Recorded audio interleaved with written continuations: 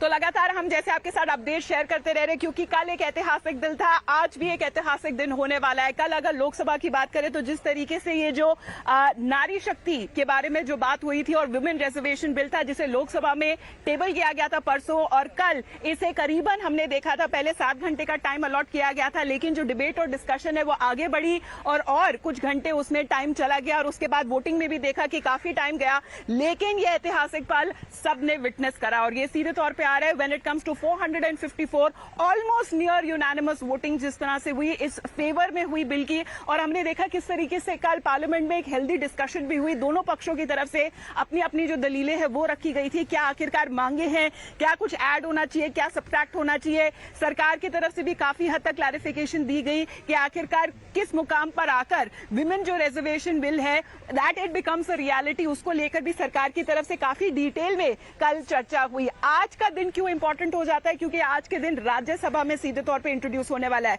अब राज्यसभा के बारे में बात करें और पिछली बार जब याद करें तो 2010 में था जब यूपीए सरकार में थी, तब राज्यसभा में पारित हुआ था यही विमेन रिजर्वेशन बिल, लेकिन अब 13 साल बाद लोकसभा में, क्योंकि अभी आंकड़े बीजेपी के साथ है, लेकिन शायद लगता है कि ये भी आसानी से आज राज्यसभा में पारित हो जाएगा। उसके बारे में भी आज डिबेट और डिस्कशन करेंगे। सबसे पहले सुन लेते हैं कल पार्लियामेंट में क्या हुआ, ऑपोजिशन एमपीज की तरफ से क्या कुछ दलील रखी गई, कांग्रेस पार्टी की तरफ से क्या कहा गया, क्योंकि जो शुरुआत करी गई थी कांग्रेस पार्टी की तरफ से विमेन स्पीकर में, वहां पर सोनिया गांधी खड़ी हुई थी और कोटे के अंदर कोटे की मांग तो रखी ही, लेकिन साथ में ओबीसी को इन्वॉल्व करने की भी मांग रखी गई थी कांग्रेस पार्टी की तरफ से। One is the idea that you require a new census, and the second is that you require a new delimitation. In my view, it is quite simple. This bill can be implemented today by giving 33% of the seats in the Lok Sabha and the Vidhan Sabha to India's women. And so I wonder if this is not designed to push the ball forward. To push the ball forward 7, 8, 9 years,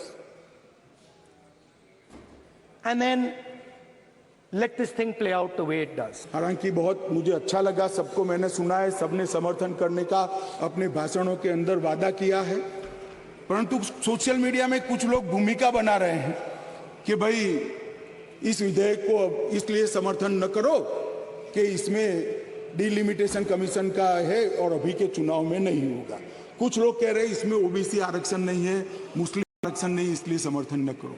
मैं अलग कहता हूं, अब समर्थन नहीं करोगे तो क्या जल्दी आरक्षण आ जाएगा? तो भी 29 के बाद आएगा।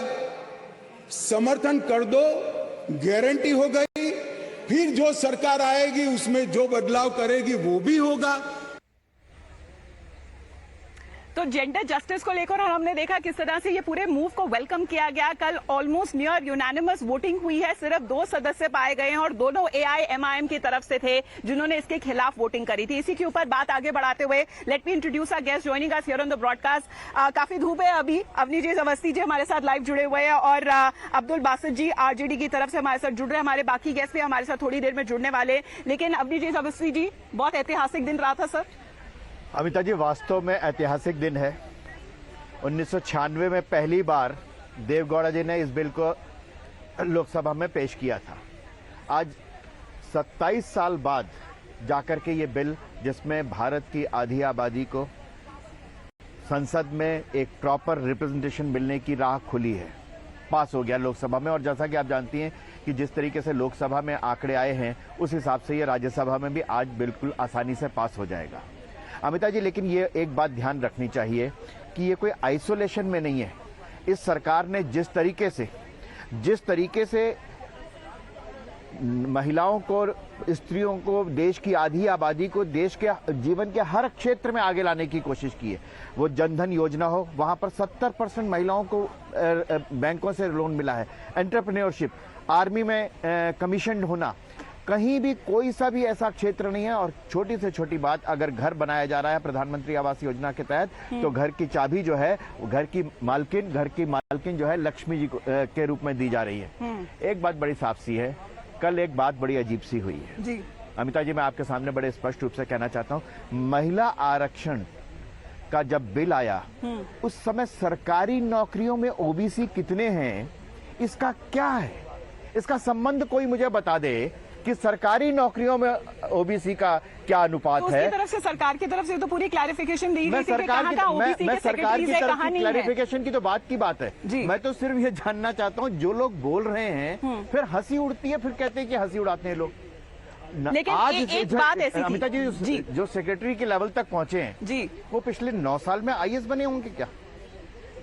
9 साल के पुराने आईएएस तो नहीं बन अब सकते ना ये जो सेक्रेटरी। तर्क है तो ना, अपने पैर पर खुद कुल्हाड़ी अब ये जो मारना। तर्क है ना बासित जी, अगर मैं आपके पास आती हूँ इस मुद्दे पर, अब ये जो तर्क है बीजेपी की तरफ से ये कहा जा रहा है कि जहां पर अगर कोटे के अंदर कोटे की जो मांग हो रही है और उसी में वहां पर अगर ओबीसी की भी मांग हो रही है, वहां पर अगर सेक्रेटरीज देखा जाए तो कांग्रेस पार्टी जहां पर रूल कर रही है सर, वहां पे भी आपको सेक्रेटरीज नहीं नजर आते हैं सर। देखिए, ओबीसी को अगर ओबीसी को टारगेट करना है तो देश की 85% जो आबादी है वो ओबीसी है और 15% अदर्स हैं। तो ओबीसी का जो रिजर्वेशन का जो कार्ड है उसको हर पार्टी खेलने की कोशिश करती है, मगर ओबीसी को जो मिलना चाहिए वो देश में आज तक नहीं मिला। ये बात अगर पटल पे रखना महिलाओं के साथ, तो इसमें कौन सी बेजा बात है? बिल्कुल सच बात है। 3 आदमी सेक्रेटरी ऑल इंडिया लेवल पे 3 आदमी सेक्रेटरी ओबीसी में से हैं, बाकी सब फिर वही फर्क आ जाता है ना सर, कथनी और करनी में फर्क आ जाता है। कथनी और करनी में दोनों में फर्क आ जाता है। 85% अगर इस बार बीजेपी ओबीसी को नहीं साधेगी तो हार का चलिए सामना बीजेपी की करना तरफ से पड़ेगा। जवाब ले लेते हार हैं। का चारू सामना पंड्या भी करना हमारे साथ पड़ेगा अभी लाइव जुड़ गई है। और फिर चारू, हार आप अपना का तर्क दीजिए सामना बीजेपी की तरफ से जो भी सवाल उठाया जा रहा है। Namaste Amita and a very good morning to everyone. I find this so funny. You are telling a Prime Minister who belongs to the OBC community that you're not supporting OBCs. This is a political party which has given 30% OBC chief ministers. And Congress, I think it is less than 16%, but this is not the discussion today, Amita. That's a completely different battle. You want to start a battle for the OBC community? Please, by all means, go ahead. But don't mix it up with one victory for women's reservation, which we have just had yesterday. Kindly segregate the two. I did not speak till now. I do not like anybody speaking over me. Segregate the two, and let's understand one more thing. Now, this is a struggle which we've had for 27 long years. Yesterday was a historical day. The bill that was passed is going to bring about changes in every aspect of an Indian's life, because when women are at the decision-making table, the decisions are going to become better and better. Imagine how much more difference we can make to our GDP, to the way things are handled in this country by just increasing women participation.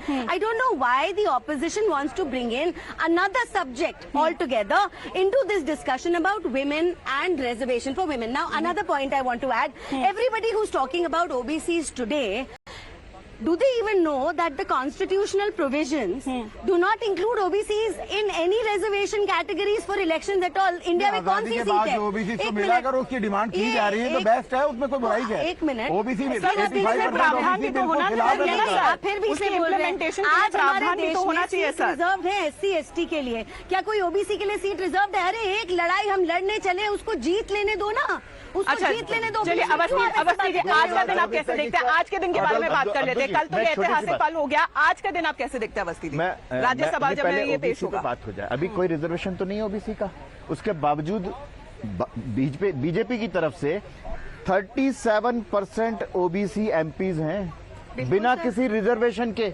ये होता है OBC community के प्रति प्रतिबद्धता दिखाना। आपको मालूम है ये किसी परिवार के नहीं है वो, इसलिए नहीं कि लालू जी को जेल मिली तो राबड़ी देवी बन गई।